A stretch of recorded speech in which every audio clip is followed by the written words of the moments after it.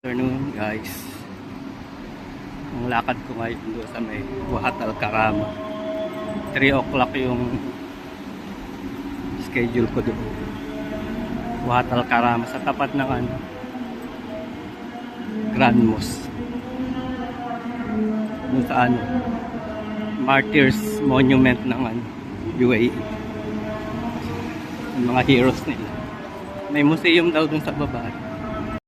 Sakaya ng bus sa kabilang underpass, bus 94. Init, nihingal ako.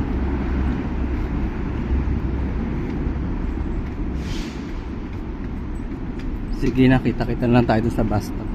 Na rin tinignan kung anong oras yung timing ng bus. Maaga naman ako. Total naman dun, aircon naman yung waiting shed. Sana nga hindi sira. Ay, yung Wendy's Abu Dhabi 1022. Siguro malapit na din yung 94. Check ko muna kung kung may laman yung bus card.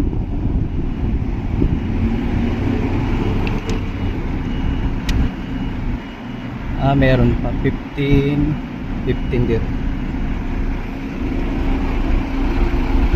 Sana hindi sira yung waiting shed. Hindi. Ay, salamat po. Salamat, hindi siya sira. Ay, thank you Lord. 170 man, bus 170. 94 man hinihintay. Sakayan sila 170.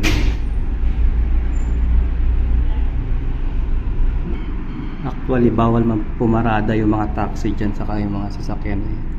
Kaya alam nilang mainit, walang nag-check, kaya ay malakas ang loob nila na pumarada dyan.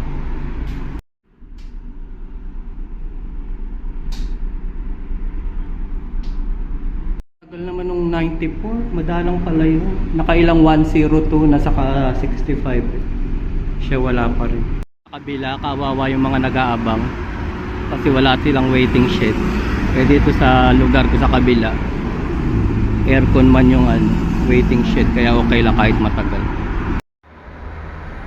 Yun na nga ba sinasabi ko guys Ayan, dumating yung 94, hindi pala humihinto doon.